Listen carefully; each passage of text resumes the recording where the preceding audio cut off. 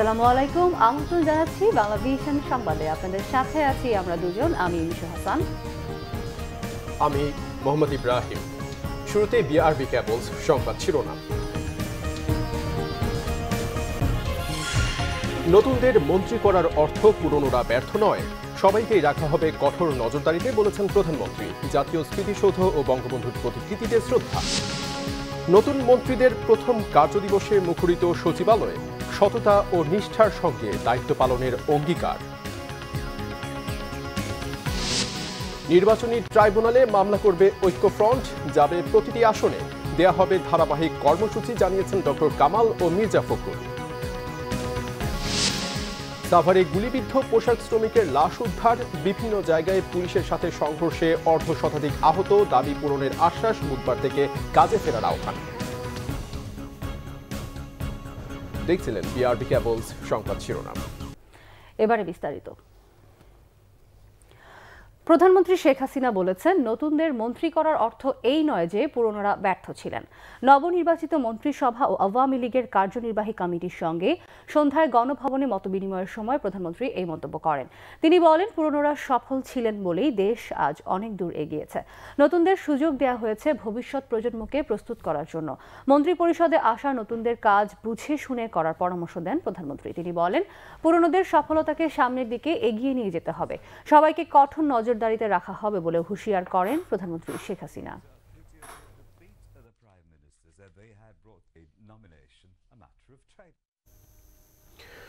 নতুন মন্ত্রিসভার সদস্যদের নিয়ে বঙ্গবন্ধুর প্রতিকৃতি ও জাতীয় স্মৃতিসৌধে শ্রদ্ধা জানিয়েছেন প্রধানমন্ত্রী শেখ হাসিনা।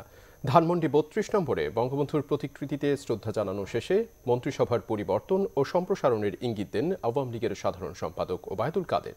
অন্যদিকে স্মৃতিসৌধে শ্রদ্ধা জানানো শেষে নতুন মন্ত্রীরা জানান, শাসক নয়, সেবক হয়ে কাজ করতে চান তারা।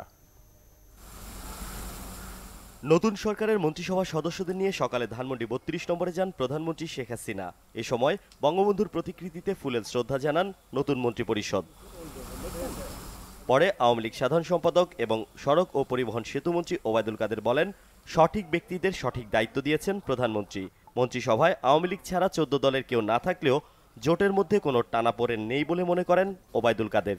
১৪ দল আমাদের দুঃসময়ের শরিক, তাদের আমরা একসঙ্গে আন্দোলন করেছি, সংগ্রাম করেছি, নির্বাচন করেছি, সরকার গঠন করেছি। এর আগে মন্ত্রিসভায়ও তারা ছিলেন গুরুত্বপূর্ণ পদে, ভবিষ্যতে থাকবেন না এই কথা তো আমি এই মুহূর্তে বলতে পারছি না। এরপর সকাল ১১টায় সাভার যান প্রধানমন্ত্রী শেখ হাসিনা। এ সময় মন্ত্রিসভার সদস্যদের নিয়ে মহান মুক্তিযুদ্ধের বীর শহীদদের প্রতি শ্রদ্ধা জানান তিনি। পরে কিছু সময় নীরবে দাঁড়িয়ে থাকেন শেখ হাসিনা সহ নবনির্বাচিত মন্ত্রিপরিষদের সদস্যরা। এ সময় নতুন মন্ত্রীরা বলেন, প্রধানমন্ত্রী শেখ হাসিনার হাতকে আরও গতিশীল করতেই কাজ করে যাবেন তারা। আমাদের লক্ষ্য বাংলাদেশকে একটি আধুনিক উন্নত রাষ্ট্রে পরিণত করা, যেখানে ক্ষুধা দারিদ্র থাকবে না, বৈষম্য থাকবে না, দুর্নীতি থাকবে না, সন্ত্রাস থাকবে না, মাদক থাকবে না, কোনো অস্থিতিশীলতা থাকবে না। যেখানে যেখানে আমাদের আরো ভালো করবার আরো সুযোগ রয়েছে, যেখানে কিছু পরিবর্তন করবার প্রয়োজন রয়েছে, সেই কাজগুলোকে সেভাবে করব ইনশাআল্লাহ। জনগণ যে জনরায়টা দিয়েছে সেটার অর্থ হচ্ছে ক্ষমতা নয়, দায়িত্ব, এবং আমাদের সকলকে সেবকের মানসিকতা নিয়ে, শাসকের নয় সেবকের মানসিকতা নিয়ে যেন আমরা কাজ করি। দেশকে আরও এগিয়ে নিতে নিজ এলাকার ভোটারদের পাশাপাশি দেশবাসীর সহযোগিতা প্রত্যাশা করেন নতুন মন্ত্রীরা। সানজিদ আহমেদ, বাংলা ভিশন, ঢাকা। আওয়ামী লীগের সাবেক সাধারণ সম্পাদক সৈয়দ আশরাফুল ইসলামের কুলখানি অনুষ্ঠিত হয়েছে আজ। রাজধানীর অফিসার্স ক্লাবে আয়োজিত দোয়া মাহফিলে রাষ্ট্রপতি আব্দুল হামিদ সহ অংশ নেন আওয়ামী লীগের নেতাকর্মী ও সাধারণ মানুষ। এ সময় সৈয়দ আশরাফুল ইসলামের বিদেহী আত্মার মাগফিরাত কামনা করে বিশেষ মোনাজাত করা হয়। গত বৃহস্পতিবার ব্যাংককের একটি হাসপাতালে শেষ নিঃশ্বাস ত্যাগ করেন সৈয়দ আশরাফুল ইসলাম। রবিবার ৩টি পৃথক জানাজা শেষে বনানী কবরস্থানে দাফন করা হয় আওয়ামী লীগের সাবেক সাধারণ সম্পাদকের মরদেহ। এদিকে কুলখানিতে যোগদান শেষে আওয়ামী লীগের সভাপতি মণ্ডলীর সদস্য মোহাম্মদ নাসিম ১৪ দলের শরীকদের কারো কারো মন্ত্রী পরিষদে যোগদানের বিষয়ে প্রত্যাশার কথা জানান।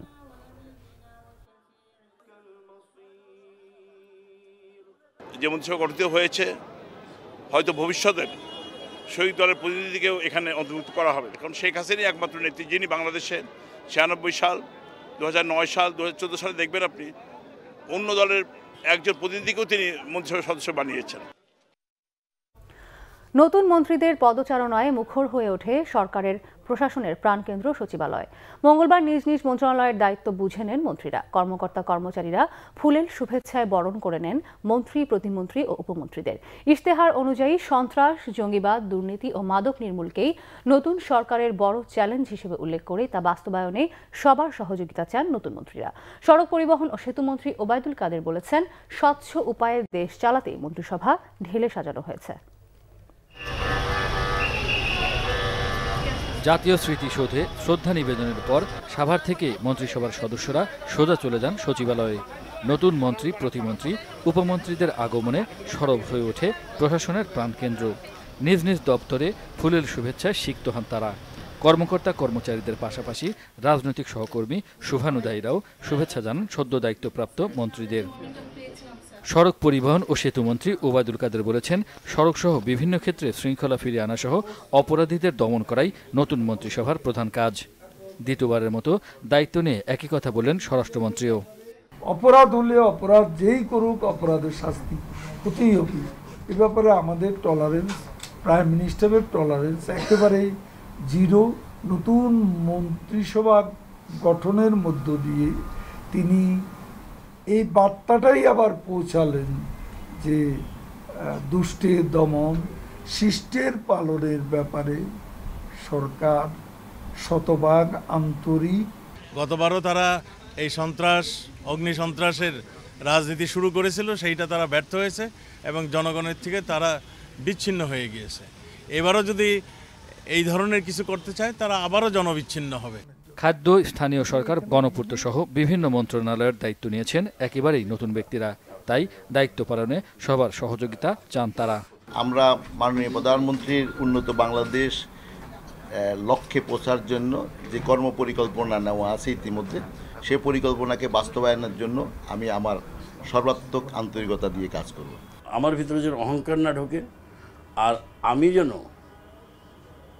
সততাকে আমি বিসর্জন না দিই, এই দোয়াটা করবেন। এবং এই দোয়া নিয়েই এবং সততা নিয়ে আমি এই খাদ্য মন্ত্রণালয় চালাতে চাই। আপনারা আমাকে সহযোগিতা করবেন। দায়িত্ব নিয়েই গণমাধ্যমের বিকাশে কাজ করার প্রত্যাশা ব্যক্ত করলেন তথ্যমন্ত্রী হাসান মাহমুদ। আর কৃষিকে লাভজনক পেশায় পরিণত করার কথা বলেন নতুন কৃষিমন্ত্রী ডক্টর আব্দুর রাজ্জাক। আমার না শুধু সার্বিকভাবে সরকারের দায়িত্ব হবে যে কিভাবে আমরা এই কৃষিকে বাজারজাতকরণ, প্রক্রিয়াজাতকরণ করতে পারি এবং ভ্যালু এডিশন করতে পারি, করে এটাকে একটা লাভজনক পেশা হিসাবে রূপান্তর করতে হবে। অনেকগুলো হুইফোর অনলাইন মিডিয়া সংবাদ মাধ্যম তৈরি হয়েছে। তারা অনেক সময় ভুল সংবাদ পরিবেশন করে অনেকের চরিত্র হননের ঘটনাও ঘটে। এগুলো আমরা সম্মিলিতভাবে মোকাবেলা করব। প্রতি জেলায় ক্যান্সার হাসপাতাল নির্মাণের প্রত্যয় জানান নতুন স্বাস্থ্যমন্ত্রী জাহিদ মালেক। ইমরুল কায়েস, বাংলা ভিশন, ঢাকা। এদিকে নতুন পররাষ্ট্রমন্ত্রী ডক্টর AK আব্দুল মোমেন অর্থনৈতিক কূটনীতির ওপর গুরুত্বারোপ করে বলেছেন, দায়িত্বে চ্যালেঞ্জ আছে, তবে সবাইকে সাথে নিয়ে সে চ্যালেঞ্জ কাটিয়ে ওঠা সম্ভব। সকালে নিজ কার্যালয়ে তিনি এ কথা বলেন। বিকালে মন্ত্রণালয়ে গেলে কর্মকর্তা কর্মচারী সহ বিভিন্ন সংগঠনের পক্ষ থেকে মন্ত্রী ও প্রতিমন্ত্রীকে ফুল দিয়ে স্বাগত জানানো হয়। পরে পররাষ্ট্রমন্ত্রী বলেন, সরকারের প্রধান লক্ষ্য দেশের অর্থনৈতিক উন্নয়ন, 2021 সালের মধ্যে বাংলাদেশকে উচ্চ মধ্য আয়ের দেশে পরিণত করা। এজন্য দেশবাসীর পাশাপাশি বন্ধু রাষ্ট্রগুলোরও সহযোগিতা দরকার বলে মন্তব্য করেন AK আব্দুল মোমেন। এদিকে দ্বিতীয়বারের মতো পররাষ্ট্র প্রতিমন্ত্রীর দায়িত্ব পাওয়া শাহরিয়ার আলম আশা করেন, ডিসেম্বরে রোহিঙ্গা প্রত্যাবাসন প্রক্রিয়া কিছুটা ধীরে হলেও আগামীতে এই প্রক্রিয়া গতি পাবে। দেশের বাইরে থেকে সরকারের ভাবমূর্তি ক্ষুণ্ণকারী ও মিথ্যা তথ্য পরিবেশকদের বিচারের আওতায় আনার হুঁশিয়ারি দেন তিনি।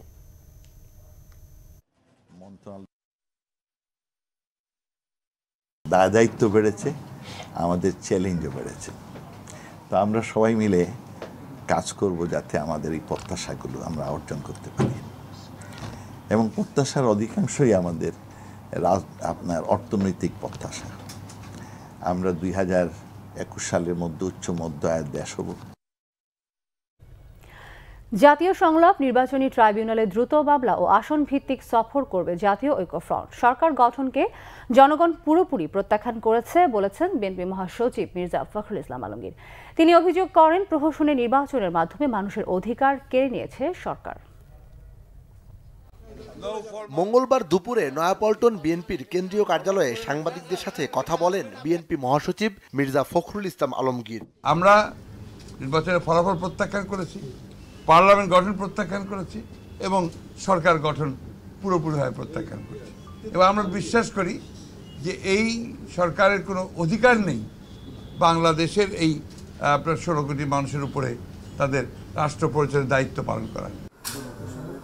এদিন বিকেলে ঐক্যফ্রন্টের শীর্ষ নেতা ডক্টর কামাল হোসেনের বেইলি রোডের বাসায় বৈঠক করেন স্টিয়ারিং কমিটির সদস্যরা। নির্বাচন যেটা করার কথা ছিল, যে নির্বাচন আমরা আশা করেছিলাম, জনগণ যে নির্বাচনের মধ্যে দিয়ে তারা আসলে তাদের প্রতিনিধি বাছাই করতে পারত, সেই তো হয় নাই। একটি জাতীয় সংলাপ অনুষ্ঠানের ব্যবস্থা করা হবে এবং নির্বাচনী ট্রাইব্যুনালে দ্রুত মামলা করার জন্য ব্যবস্থা গ্রহণ করা হবে এবং এফেক্টেড যে সমস্ত এলাকাগুলো আছে, কনস্টিটিউশনগুলো আছে, সেগুলোতে ঐক্যফ্রন্টের নেতৃবৃন্দ সফর করবেন। জনগণকে সঙ্গে নিয়ে তারা পরবর্তী কর্মসূচি এবং তাদের দাবি যে আপনার একটা নিরপেক্ষ সরকার অধীনে নির্বাচন, সেই দাবিকে আরো জোরদার করবেন। ধারাবাহিক কর্মসূচির মাধ্যমে সরকারের কর্মকাণ্ডের প্রতিবাদ জানানোর কথাও জানান ঐক্যফ্রন্ট নেতারা। সিকান্দার রেমান, বাংলা ভিশন, ঢাকা। এদিকে বিএনপি নেতাদের ধারণা 2014 সালের তুলনায় নতুন সরকার হবে দুর্বল ও স্বল্পকালীন।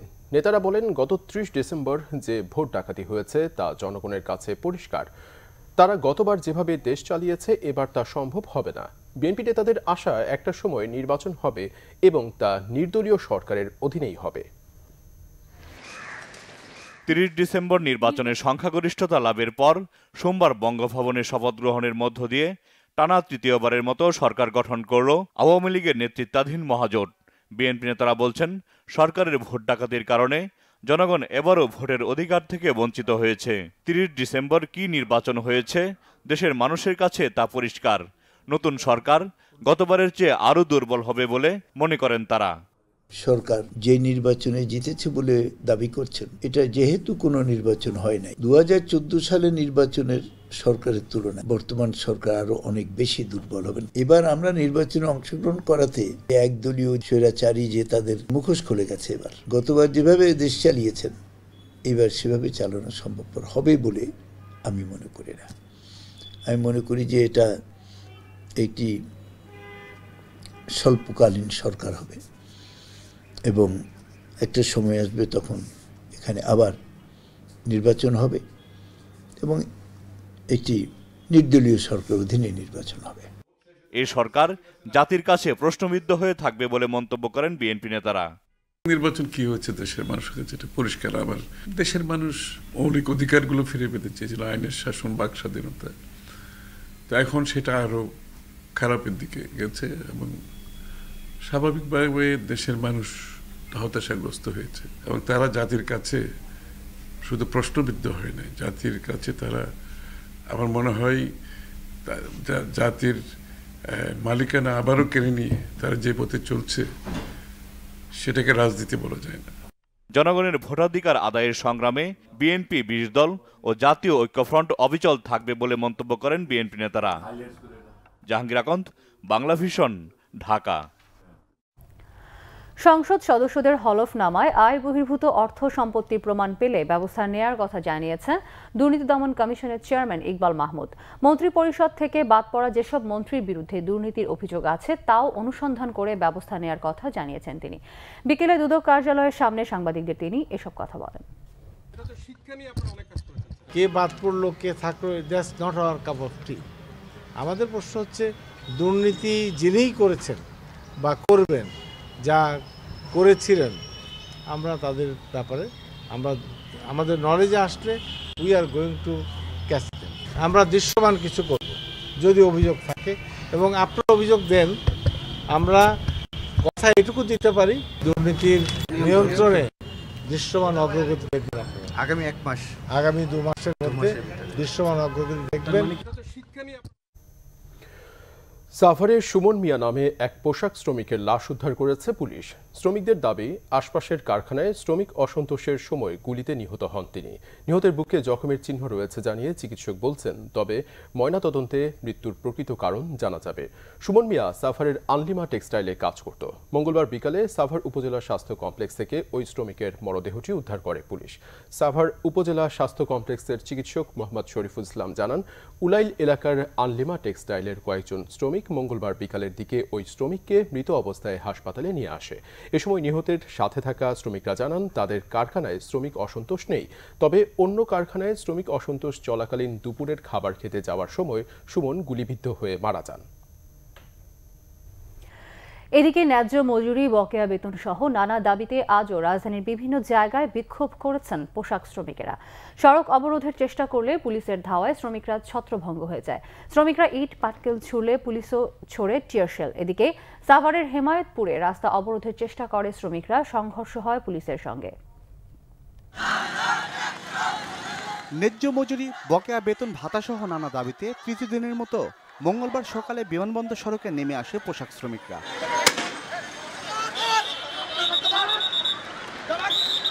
সড়ক অবরোধের চেষ্টা করলে পুলিশের ধাওয়ায় শ্রমিকরা ছত্রভঙ্গ হয়ে যায়।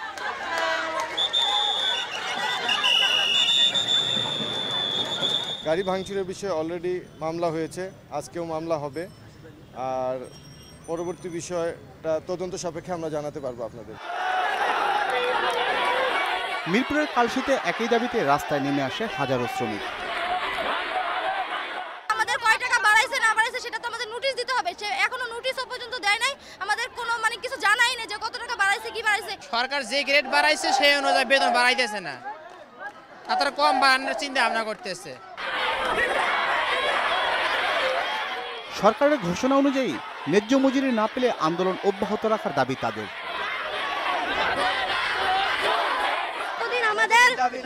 দাবি না মানবে ততদিনই এই আন্দোলন আমাদের চলবে। আমাদের বেতন 9,500 টাকা বেতন আছে। আমাদের দাবি তো 16,000 টাকা।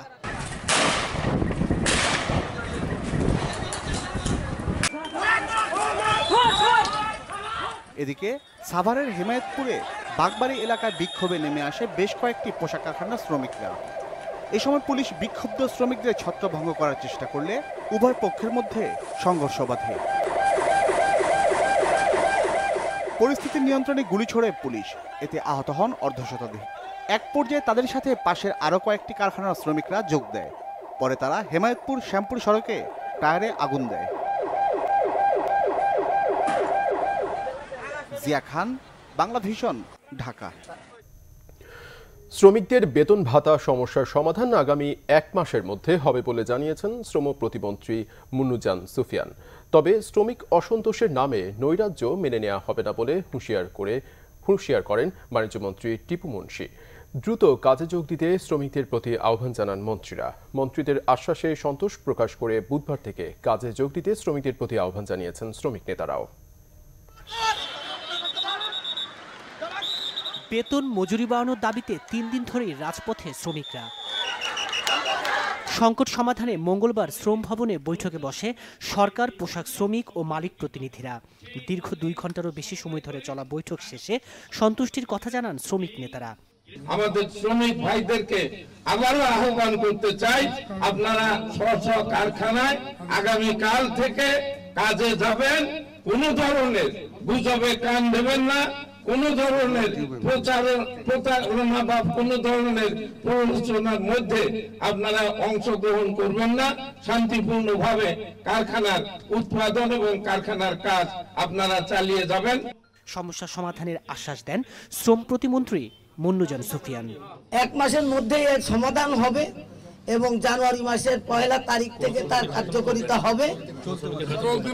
কোন শ্রমিকের মজুরি বেসিক বা গ্রস কমবে না। যদি কেউ কমানোর চেষ্টা করে আমরা সকলে আপনাদের সাথে থাকব, কিন্তু ভাঙচুর চলবে না। এদিকে আন্দোলনের নামে বহিরাগত কেউ ফায়দা নিচ্ছে কিনা সে বিষয়ে সতর্ক থাকতে সংশ্লিষ্ট সবাইকে পরামর্শ দেন বাণিজ্যমন্ত্রী টিপু মুন্সি। আমরা 100% বিশ্বাস করি আগামী 1 মাসের মধ্যে সমস্যার সমাধান হবে। কোথাও কোনো ইরেগুলারিটিস থাকলে সেটাও অ্যাডজাস্ট হবে, কিন্তু কোনোভাবেই এই ধরনের সন্ত্রাসী কর্মকাণ্ড গ্রহণযোগ্য নয়। এই ব্যাপারে আইন শৃঙ্খলা বাহিনী এখানে রয়েছেন, তাদেরকে পরিষ্কার নির্দেশ দেওয়া হয়েছে এই ধরনের বিরুদ্ধে শক্ত অবস্থান নিতে। তাইমুর রশিদ, বাংলা ভিশন, ঢাকা। বুধবার থেকে শুরু হচ্ছে 24তম ঢাকা আন্তর্জাতিক বাণিজ্য মেলা। তবে বেশিরভাগ প্যাভিলিয়নের কাজ এখনো শেষ হয়নি, এখনো চলছে নির্মাণ ও সাজসজ্জার কাজ। বুধবার ঢাকা আন্তর্জাতিক বাণিজ্য মেলার উদ্বোধন, তাই তো আগারগাঁওয়ে মেলা প্রাঙ্গণে প্যাভিলিয়নের কাজ শেষ করার আপ্রাণ চেষ্টা চলছে। যেদিকে চোখ যায় সেদিকেই চলছে সাজসজ্জা ও নির্মাণের কাজ। কোথাও রঙের আঁচড়, আবার কোথাও চলছে ইটের গাঁথুনি। এবারের মেলায় 605টি প্যাভিলিয়ন ও স্টল বরাদ্দ দেওয়া হয়েছে। থাকছে ফুড স্টল ও রেস্তোরাঁ। এখনো তো শেষ করতে পারি নাই, ওরা যদি আরো 2-3 দিন লাগবে। যেরকম অবস্থা দেখতেছি মানে সবাই আগ্রহ নিয়ে আসছে, আশা করি অনেক ভালো হবে। এবারের মেলায় ভারত, শ্রীলঙ্কা, পাকিস্তান, ইরান সহ 22টি দেশের 52টি প্রতিষ্ঠান অংশ নিচ্ছে। यहाँ पे मेरा बड़ा भाई आता था एक्चुअली, वो फिर मैं उसी के साथ आ गया इस साल। बस हाँ, शॉल लेके आए हम और स्टूल टूल बाकी वो जो भी है। যারা কাশ্মীরিয়ান ড্রেস থাকে যেমন ধরেন ওইটা নিয়ে এসে আমরা ওটার ভিতরে কিছু মোটিভস দিয়ে আলাদা মোটিভস করে বুটিক্স করে সেটা আমরা আবার নতুন আঙ্গিকে এই জায়গাতে ইয়ে করার জন্য এই জিনিসটা। বাণিজ্য মেলা নিয়ে উন্নয়ন রপ্তানি ব্যুরো আয়োজিত সংবাদ সম্মেলনে বাণিজ্য মন্ত্রী বলেন, আন্তর্জাতিক বাণিজ্যে প্রসার ঘটাতে কাজ করবে মেলা। আমরা আগামীকালকে আমাদের এই বাণিজ্য মেলা আমাদের মাননীয় প্রেসিডেন্ট মহোদয় উদ্বোধন করবেন। অসংখ্য মানুষ আসে দেখতে, ঘুরে বেড়াতে, একটা আনন্দের মতো ব্যাপার হয়, সেটা কিন্তু একটা যথেষ্ট গুরুত্বপূর্ণ। পাশাপাশি যেটা অর্থনৈতিক ব্যাপার সেটা তো। মেলা চলবে প্রতিদিন সকাল 10টা থেকে রাত 10টা পর্যন্ত। আর প্রাপ্তবয়স্কদের 30 টাকা এবং অপ্রাপ্তবয়স্কদের জন্য 20 টাকা প্রবেশ মূল্য রাখা হয়েছে। দীপন দাওয়ান, বাংলা ভিশন, ঢাকা। সংবাদের এই পর্যায়ে নিচ্ছি সিবিসি টাইলস সংবাদ বিরতি। সাথেই থাকুন, ফিরে এসে যা থাকছে। বঙ্গবন্ধুর সমাধিতে শ্রদ্ধা জানাতে কাল যাচ্ছেন প্রধানমন্ত্রী সাজ রব টুঙ্গিপাড়ায়।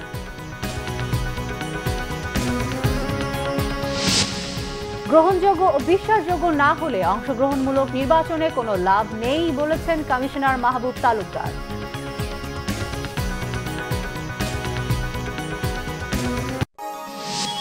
আপনারা দেখছেন বাংলা ভিশন সংবাদ।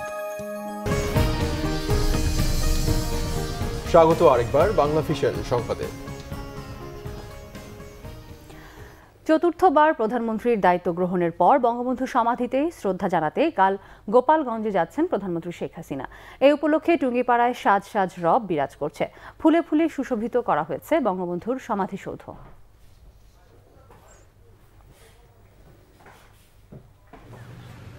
প্রধানমন্ত্রীর আগমনকে সামনে রেখে টঙ্গীপাড়ায় উৎসবমুখর পরিবেশ বিরাজ করছে। তোরণ, ব্যানার, ফেস্টুন ও বর্ণিল পতাকায় ছেয়ে গেছে গোপালগঞ্জের টঙ্গীপাড়া।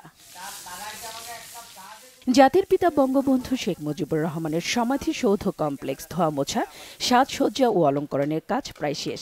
নেতাকর্মী, সমর্থক ও সাধারণ মানুষের মধ্যে ব্যাপক উৎসাহ উদ্দীপনা সৃষ্টি হয়েছে। হাজার বছরের শ্রেষ্ঠ বাঙালি জাতির জনক বঙ্গবন্ধু শেখ মুজিবুর রহমানের মাজারে ওনার মন্ত্রী পরিষদের সদস্যদের নিয়ে উনি শ্রদ্ধা নিবেদন করেন। গণপূর্ত বিভাগের কর্মরত বিভিন্ন অফিসার এবং অন্যান্য কর্মীবৃন্দ, জেলা প্রশাসন, বাংলাদেশ সেনাবাহিনী, বাংলাদেশ পুলিশ সবার সম্মিলিত চেষ্টায় আমরা এটা সুন্দরভাবে সুচারুরূপে আমরা পরিদর্শনের জন্য পরিদর্শন করতে দিই। প্রধানমন্ত্রী শেখ হাসিনা বুধবার সকাল 11টায় বঙ্গবন্ধুর সমাধিসৌধের বেদিতে ফুল দিয়ে শ্রদ্ধা জানাবেন। পরে ফাতেহা পাঠ ও বঙ্গবন্ধুর রুহের মাগফিরাত কামনায় দোয়া মোনাজাতে অংশ নেবেন। প্রধানমন্ত্রীর গোপালগঞ্জ সফর উপলক্ষে আইন শৃঙ্খলা বাহিনীর পাশাপাশি গোয়েন্দা সংস্থার সদস্যরা নিরাপত্তার কাজ তদারকি করছেন। মাননীয় প্রধানমন্ত্রী আসন্ন সফর উপলক্ষে আমরা ইতিমধ্যেই সামগ্রিক নিরাপত্তা পরিকল্পনা গ্রহণ করেছি। আমাদের নিরাপত্তা বাহিনীর সদস্যরা ইতিমধ্যে কাজ শুরু করেছে। 9 তারিখে আরও বিশাল পরিসরে আমাদের নিরাপত্তা বাহিনীর সদস্যগণ কাজ করবে। জাতির পিতার সমাধিতে শ্রদ্ধা নিবেদনের মধ্য দিয়ে প্রধানমন্ত্রী শেখ হাসিনা দেশকে নতুন উচ্চতায় পৌঁছে দিতে নব উদ্যমে কাজ শুরু করবেন এমন প্রত্যাশা গোপালগঞ্জবাসীর। Bangla Vision news desk. জঙ্গি সংগঠন জেএমবির উত্তরাঞ্চলের সমন্বয়ক সহ 4 জনকে গ্রেফতার করেছে র্যাব। এ সময় তাদের কাছ থেকে অস্ত্র ও গুলিসহ জিহাদি বই উদ্ধার করা হয়। মঙ্গলবার দুপুরে র্যাব 13 এর কার্যালয়ে এক ব্রিফিংয়ে জানানো হয়, রংপুরের তারাগঞ্জ উপজেলার বিভিন্ন এলাকা ও নগরীর প্রাইম মেডিকেল কলেজ সংলগ্ন এলাকায় অভিযান চালিয়ে তাদের গ্রেফতার করা হয়। এরা হলো জেএমবির উত্তরাঞ্চল সমন্বয়ক আব্দুর রহমান বিশ্বাস, সদস্য আকিনুর রহমান, লোকমান আলী ও মিজানুর রহমান। জঙ্গিরা রংপুরের বিভিন্ন বেসরকারি প্রতিষ্ঠানে কর্মরত ছিল।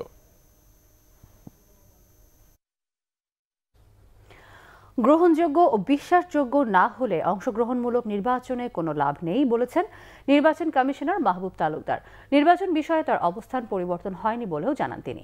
কমিশন সচিবালয়ের ধন্যবাদ জ্ঞাপন অনুষ্ঠানে তার বক্তব্যে সৃষ্ট বিভ্রান্তির অবসানে সাংবাদিকদের একথা বলেন তিনি। মাহবুব তালুকদার বলেন, 3 জানুয়ারি কমিশনের কর্মকর্তা কর্মচারীদের উদ্দেশ্যে বক্তব্যে অংশগ্রহণমূলক নির্বাচন উপহার দিয়েছি বলেছিলেন, যা ছিল সৌজন্য প্রকাশ করে প্রশংসাসূচক মন্তব্য। 17 ডিসেম্বরে নিজের বক্তব্যের কথা উল্লেখ করে মাহবুব তালুকদার বলেন, সব দল অংশ নিলে অংশগ্রহণমূলক নির্বাচন বলা হয়, সুষ্ঠু নির্বাচনের সাথে এর কোনো সম্পর্ক নেই। আসল কথা নির্বাচন গ্রহণযোগ্য ও বিশ্বাসযোগ্য হচ্ছে কিনা। তিনি জানান, নিজের আগের মন্তব্যেই অটল আছেন তিনি, অবস্থানের কোনো পরিবর্তন হয়নি।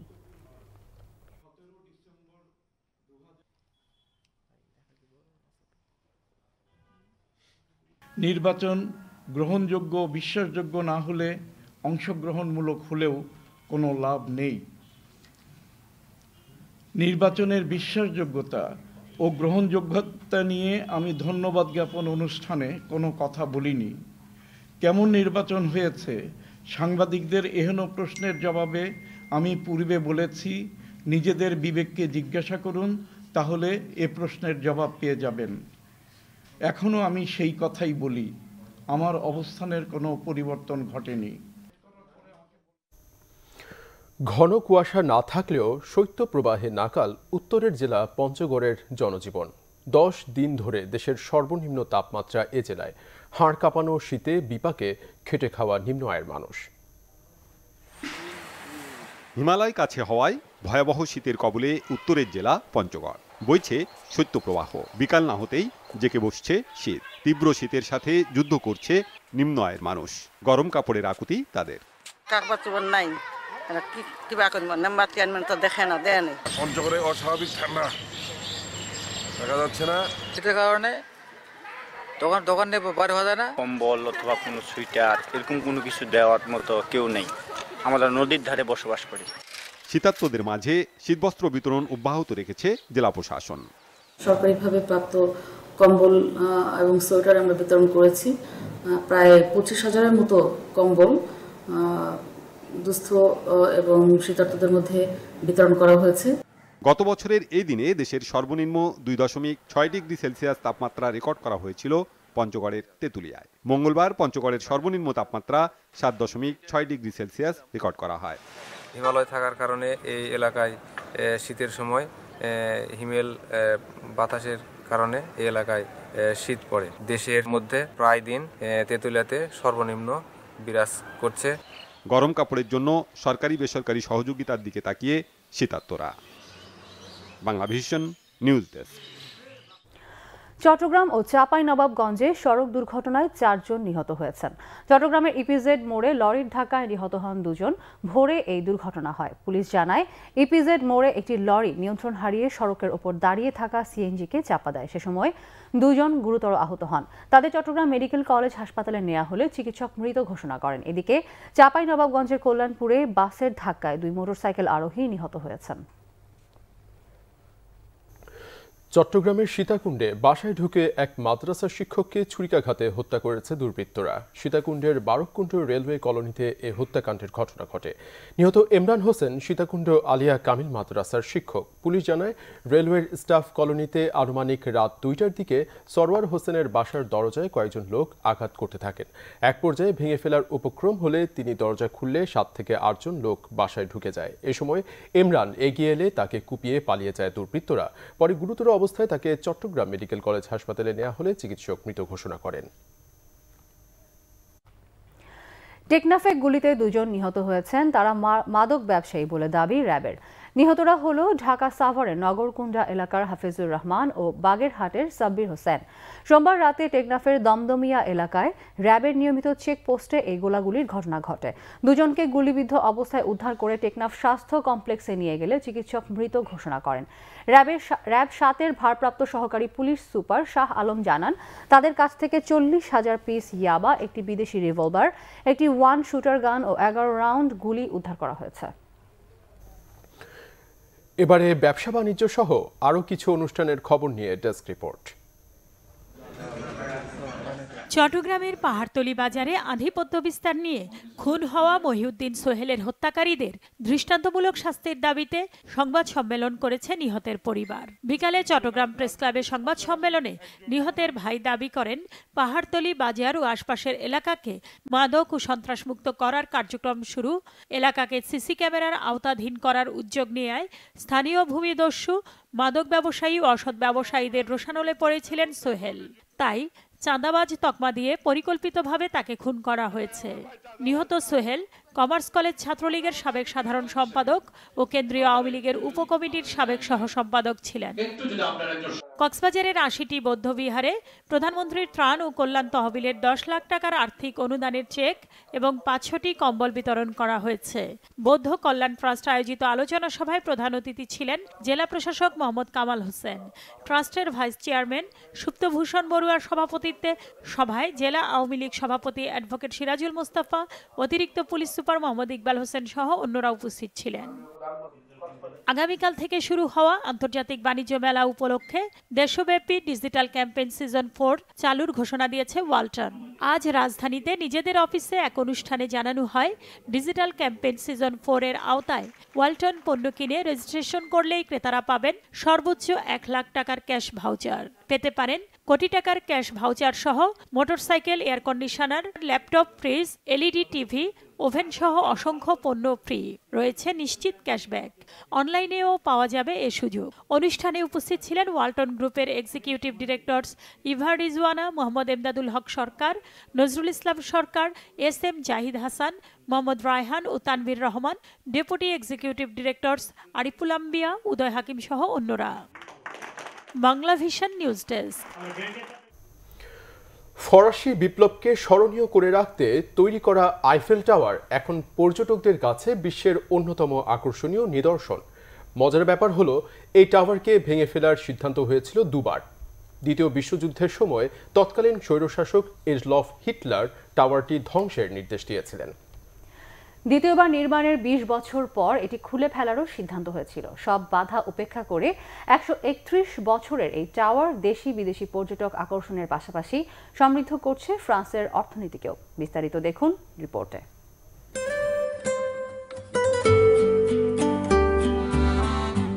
প্যারিসের সেন নদীর তীরবর্তী এলাকায় অবস্থিত পৃথিবীর অন্যতম নিদর্শন। গুস্তাভ এফেল 1889 সালে এটি নির্মাণ করেন। 1050 ফুট উচ্চতার এই বিশাল টাওয়ারটি মাত্র 300 জন শ্রমিক 2 বছর 2 মাস 2 দিনে নির্মাণ কাজ সম্পন্ন করেন। পরবর্তী 1940 সালের আগ পর্যন্ত গোটা বিশ্বে 300 মিটার উচ্চতা সম্পন্ন এই টাওয়ারটি ছিল সবচেয়ে উচ্চতর টাওয়ার। টাওয়ারের চূড়া থেকে পুরো শহরের সৌন্দর্য দেখা যায় বলে অনেক পর্যটককেই আকর্ষণ করে এই Eiffel tower. I'm in the beautiful capital city of Paris, France. I've been sightseeing today. I've been to the Louvre and I've seen the Mona Lisa picture. Beautiful iconic picture. It's amazing. সূর্যাস্তের পর প্রতি ঘন্টায় 5 minute করে 20,000 বাল্বের আলোকছটা এক অপরূপ সৌন্দর্য ধারণ করে, যা কিনা পর্যটকদের আকর্ষণীয় করে তোলে। This is my second time in Paris, and then the Eiffel Tower is so great. It's so beautiful. যুগের পর যুগ, বছরের পর বছর এভাবেই মাথা উঁচু করে দাঁড়িয়ে আছে লোহার এই স্তম্ভটি, যা কিনা সপ্তম আশ্চর্যের অন্যতম নিদর্শন। কিন্তু প্রশ্ন হলো, কি এমন দেখার বস্তু এটি যাকে ঘিরে বছর জুড়েই পর্যটকদের আনাগোনা থাকে এই প্যারিসে। বিশেষ দিনগুলোতে আইফেল টাওয়ারকে বিশেষ রঙে সাজানো হয়, ফলে আইফেল টাওয়ারের সৌন্দর্য আরো বৃদ্ধি পায়। তিল ধরারও ঠাঁই থাকে না, দেশি বিদেশি পর্যটকদের ভিড় থাকে চোখে পড়ার মতো। আইফেল টাওয়ার শুধু ফ্রান্সের সৌন্দর্য বর্ধন করেনি, বরং অবদান রাখছে জাতীয় অর্থনীতিতেও। ফয়সাল আহমেদ দীপ, বাংলা ভিশন, প্যারিস, ফ্রান্স। দর্শক, এ পর্যায়ে আবারও নিচ্ছি সিবিসি টাইলস সংবাদ বিরতি। সাথেই থাকুন, ফিরে এসে থাকছে 48 ঘন্টার শ্রমিক ধর্মঘটে পশ্চিমবঙ্গ সহ ভারতের বিভিন্ন রাজ্যে স্থবিরতা, দমনের কঠোর হুঁশিয়ারি মমতার। দুর্নীতির বিরুদ্ধে জিরো টলারেন্স ঘোষণা নয়া ক্রীড়া প্রতিমন্ত্রী রাসেলের। ক্রিকেট সহ অন্যান্য খেলায়ও উন্নয়নের প্রত্যয়।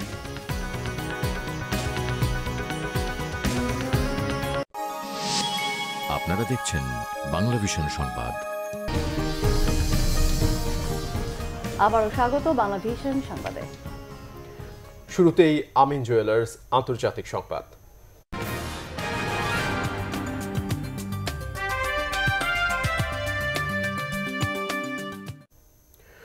48 ঘন্টার শ্রমিক ধর্মঘটে কার্যত স্থবির হয়ে পড়েছে ভারতের পশ্চিমবঙ্গ সহ বিভিন্ন রাজ্য। পশ্চিমবঙ্গের মুখ্যমন্ত্রী মমতা বন্দ্যোপাধ্যায় ধর্মঘট দমনের কঠোর হুঁশিয়ারি দিলেও অনেকটাই নীরব ক্ষমতাসীন দল বিজেপি। শ্রম আইনের সংস্কার ও ন্যূনতম 24,000 রুপি মজুরির দাবিতে মঙ্গল ও বুধবার এই ধর্মঘটের ডাক দেয় সর্বভারতীয় শ্রমিক ইউনিয়ন। শ্রমিক নেতাদের দাবি, এতে অংশ নিয়েছে প্রায় 20টি শ্রমিক সংগঠনের 20 লক্ষাধিক কর্মী। ধর্মঘটে সবচেয়ে বেশি প্রভাব পড়ে পশ্চিমবঙ্গ এবং কেরালার বিভিন্ন অঞ্চলে। সড়ক ও রেলপথ অবরোধের পাশাপাশি যানবাহন ভাঙচুর ও সংঘর্ষ হয়েছে শিয়ালদহ, যাদবপুর, বারাসাত, বনগাঁ, গড়িয়া সহ বিভিন্ন এলাকায়। পুলিশ ও আধা সামরিক বাহিনীর সাথে সংঘর্ষের পর আটক করা হয়েছে ধর্মঘটকারী বেশ কয়েকজনকে। দিনভর বিশৃঙ্খলায় বন্ধ থাকে শিক্ষা প্রতিষ্ঠানগুলো। এদিকে কঠোর দমন অভিযানের হুঁশিয়ারি দেয়া পশ্চিমবঙ্গের মুখ্যমন্ত্রী মমতা বন্দ্যোপাধ্যায়ের অভিযোগ, গেল 34 বছরে একের পর এক বন্ধ ডেকে রাজ্যের অগ্রগতি নষ্ট করছে বামপন্থীরা। তবে এই কর্মসূচিতে সাড়া না দিয়ে কেন্দ্রীয় সরকারের তরফ থেকে জানানো হয়েছে আপাতত শ্রম আইনের সংস্কার নিয়ে ভাবছে না সরকার।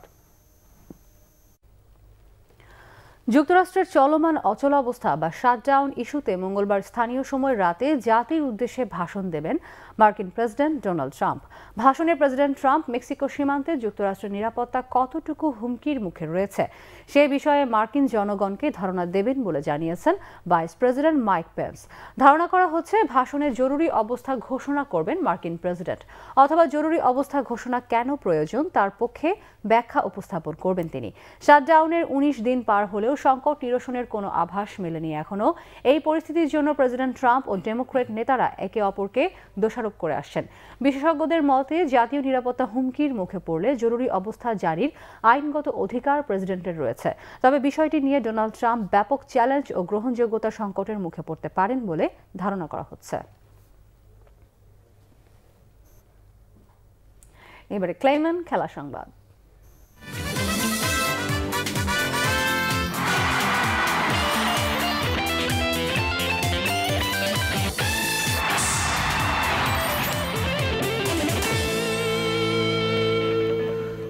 দুর্নীতির বিরুদ্ধে জিরো টলারেন্সের ঘোষণা দিলেন নতুন ক্রীড়া প্রতিমন্ত্রী জাহিদ আহসান রাসেল।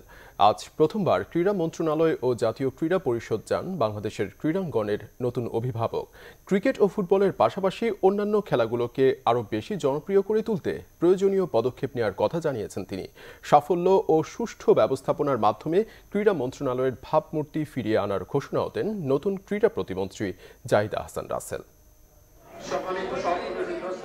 শপথ নিয়েছেন সোমবার। নতুন মন্ত্রী, প্রতিমন্ত্রী, উপমন্ত্রীরা নিজ নিজ কর্মক্ষেত্রে যোগ দিয়েছেন মঙ্গলবার। ক্রীড়া প্রতিমন্ত্রী জাহিদ আহসান রাসেলকে মন্ত্রণালয়ের পাশাপাশি যেতে হয়েছে জাতীয় ক্রীড়া পরিষদে। দুই জায়গাতেই কর্মকর্তা, কর্মচারী আর বিভিন্ন ক্রীড়ার সংগঠকদের ফুলের শুভেচ্ছায় সিক্ত হয়েছেন। গত 10 বছর ছিলেন যুব ও ক্রীড়া বিষয়ক সংসদীয় কমিটির সভাপতি। তাই প্রতিমন্ত্রী হিসেবে নতুন হলেও ক্রীড়াক্ষেত্রে একেবারেই নতুন নন। তার কাছে প্রত্যাশাটাও বেশি। যদিও 10 বছর আমি কাজ করেছি, কিন্তু একেবারে এত ভেতরে যে হয়তো আমার জানা সুযোগ হয়নি। যে ভারোত্তোলনের যে বিষয়টি আসছে পত্রপত্রিকা আমি দেখেছি। আমি এখনও সচিব সাহেবকে বলতেছি যে এই বিষয়টি আপনি একটু খতিয়ে দেখবেন এবং এই ব্যাপারে একটি কমিটি করা উচিত।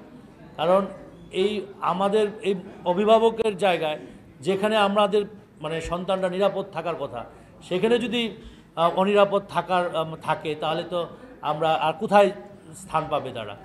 জাতীয় ক্রীড়া পরিষদে এসেই ঘোষণা দিলেন দুর্নীতির বিরুদ্ধে যুদ্ধের। সাংবাদিকদের কাছে কিছু অনিয়মের ঘটনা শুনে সাথে সাথেই ব্যবস্থা নেওয়ার নির্দেশও দিলেন। আমি জিরো টলারেন্স হিসাবে নিজে অবশ্যই আমি ঘোষণা দিতে চাই, কোনো কাজে এই ধরনের কোনো অন্যায় কাজে নিজেও লিপ্ত হব না, অন্যকেও আমি ইনশাল্লাহ করতে দেব না।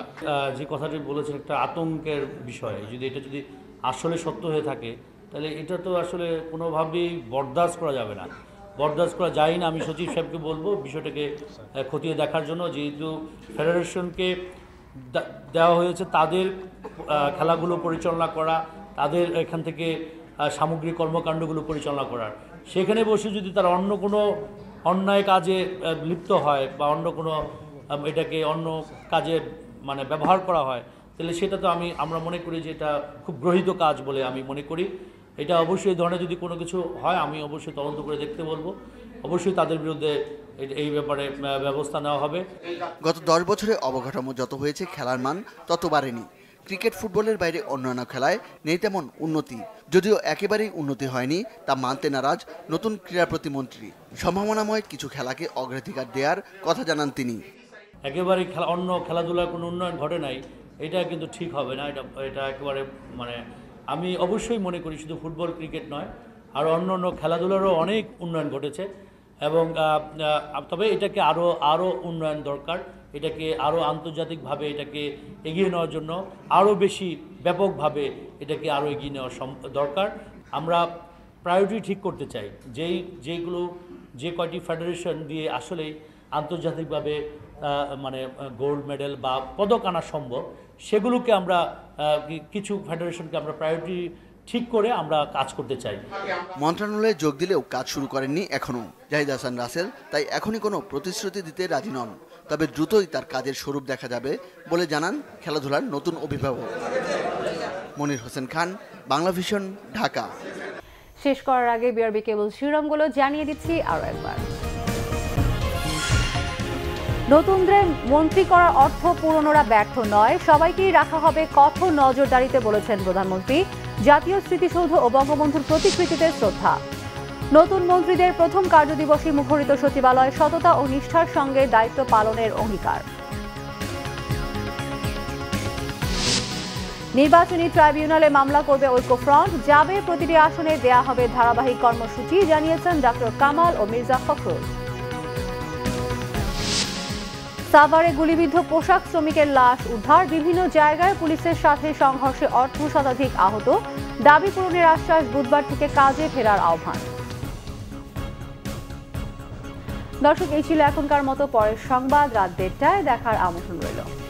এছাড়া ফেসবুকে বাংলা ভিশন সংবাদ সরাসরি দেখতে লগ ইন করতে পারেন facebook.com/বাংলাভিশনে। এতক্ষণ সাথে থাকায় ধন্যবাদ। শুভরাত্রি।